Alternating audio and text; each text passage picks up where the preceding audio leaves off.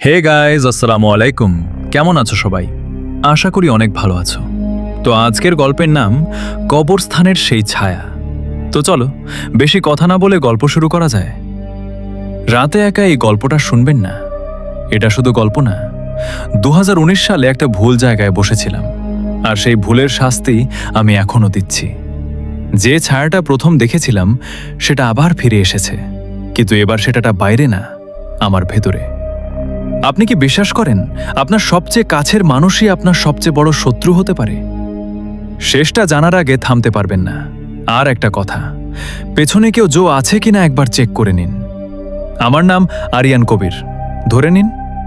বাড়ি ময়মনসিংহের এক প্রত্যন্ত গ্রামে, যেখানে সন্ধ্যার পর বাতাসও অদ্ভুতভাবে ভারী হয়ে যায়। আমি আজও নিশ্চিত না আমি যা দেখেছি সেটা দুঃস্বপ্ন ছিল নাকি কেউ আমাকে সত্যিই ডেকে নিয়ে গিয়েছিল। ঘটনাটা শুরু 2019 সালের জানুয়ারিতে। শীতের রাত, কুয়াশা এমনভাবে নামতো যেন চারপাশটা ধীরে ধীরে গিলে খাচ্ছে। আমার খুব কাছের বন্ধু নামদি নাবিল বিদেশ থেকে দেশে ফিরল। ও আসার পর আমরা মিলে একটা নাইট ক্রিকেট টুর্নামেন্ট আয়োজন করলাম। মাঠটা ছিল গ্রামের এক প্রান্তে, আর ঠিক পাশেই ছিল একটা পুরনো কবরস্থান, যেখানে কিছু কবর অর্ধেক ভাঙা, কিছুতে নাম মুছে গেছে, আর কিছু কবর এমনভাবে বসে গেছে যেন ভেতর থেকে কেউ চাপ দিচ্ছে। গ্রামের বয়স্করা বলতো, ওই জায়গায় রাতের পর কেউ বসে থাকলে সে একা থাকে না। আমরা হেসেছিলাম। ভুলটা সেখানেই হয়েছিল। এক রাতে আমি আর নাবিল মাঠে বসে পরিকল্পনা করছিলাম। সময় তখন রাত প্রায় 2:30। চারপাশে নিস্তব্ধতা, শুধু দূরে কুকুরের ডাকা আর কুয়াশার ভেতর হালকা বাতাস। হঠাৎ আমি টের পেলাম কেউ আমাদের দিকে তাকিয়ে আছে। আমি ধীরে কবরস্থানের দিকে তাকালাম। প্রথমে কিছুই দেখিনি, তারপর দেখলাম একটা ছায়া। ছায়াটা মাটিতে না, বাতাসে দাঁড়িয়ে আছে, আর সেটা ধীরে ধীরে লম্বা হচ্ছে। আমার বুকের ভেতর চাপ অনুভব করলাম, কিন্তু আমি কিছু বলিনি। সেই রাতেই সব শুরু হয়। পরদিন সকাল থেকে আমার শরীর অস্বাভাবিক ভারী হয়ে যায়। মনে হচ্ছিল কেউ আমার মাথার ওপর বসে আছে। দুপুরে কবরস্থানের পাশে বসেছিলাম। হঠাৎ দেখি মাটিতে একটা ছায়া। এইবার সেটা আমার না, কারণ আমার শরীরের ছায়া অন্যদিকে। ছায়াটা ধীরে ধীরে নড়ছে। তারপর হঠাৎ সেটা আমার পায়ের কাছে এসে থামল। আমি দাঁড়াতে চাইলাম, পারলাম না। মনে হচ্ছিল কেউ আমার পা ধরে রেখেছে। এরপর সব অন্ধকার।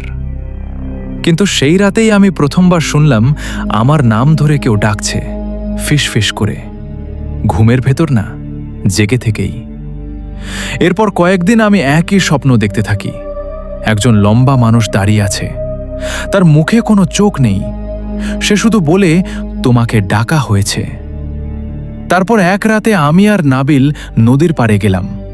ফেরার পথে একটা পুরনো তেঁতুল গাছের নিচে পৌঁছাতেই হঠাৎ বাতাস বন্ধ হয়ে গেল। চারপাশের শব্দ থেমে গেল। আমরা থেমে গেলাম। গাছটার নিচে কেউ দাঁড়িয়েছিল, এইবার সেটা স্পষ্ট। এরপর আমাকে এক আলেমের কাছে নেওয়া হলো। তিনি আমাকে দেখে চুপ হয়ে গেলেন। তারপর বললেন, তুমি একা না। তিনি একটা তাবিজ দিলেন। কিছুদিন সব শান্ত ছিল। আমি ভাবছিলাম সব শেষ, কিন্তু আসল ভয় তখনও শুরুই হয়নি। 2023 সালের এক রাতে আমি হঠাৎ ঘুম থেকে উঠলাম। জানলার বাইরে একটা আলো। আমি তাকিয়ে দেখি একটা ঘড়ি ঝুলছে, কিন্তু সেটা উল্টো দিকে ঘুরছে। টিক টিক টিক, কিন্তু শব্দটা স্বাভাবিক না। প্রতিটা টিক যেন বুকের ভেতর ধাক্কা দিচ্ছে। আমি বাইরে গেলাম। ঘড়িটা একটু দূরে সরে গেল। আমি এগোলাম, এটা আবার সরে গেল। আমি বুঝতেই পারিনি কখন আমি গ্রামের বাইরে চলে এসেছি। হঠাৎ দেখি আমি সেই কবরস্থানে দাঁড়িয়ে। চারপাশে কেউ নেই, কিন্তু মাটির নিচ থেকে যেন ফিস ফিস শব্দ আসছে। তারপর মাটি ফেটে উঠল, একটা হাত বের হলো, তারপর আরেকটা। আমি পিছিয়ে গেলাম, আর তখনই আমি তাকে দেখলাম, সেই মানুষটা।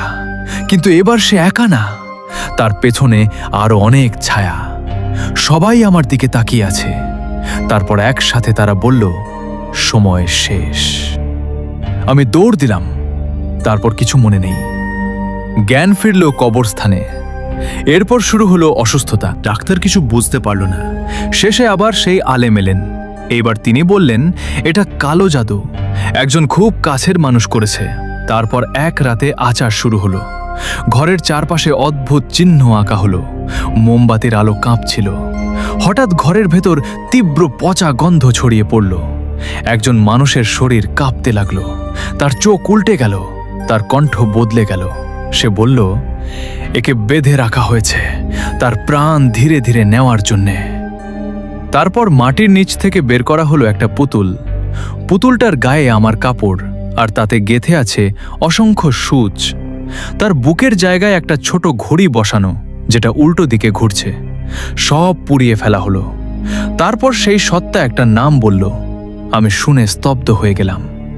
সে ছিল নাবিল, আমার সবচেয়ে কাছের বন্ধু। ঈর্ষা, টাকা আর ঘৃণা তাকে এমন করে তুলেছিল। সব শেষ হওয়ার পর আমি ধীরে ধীরে সুস্থ হলাম।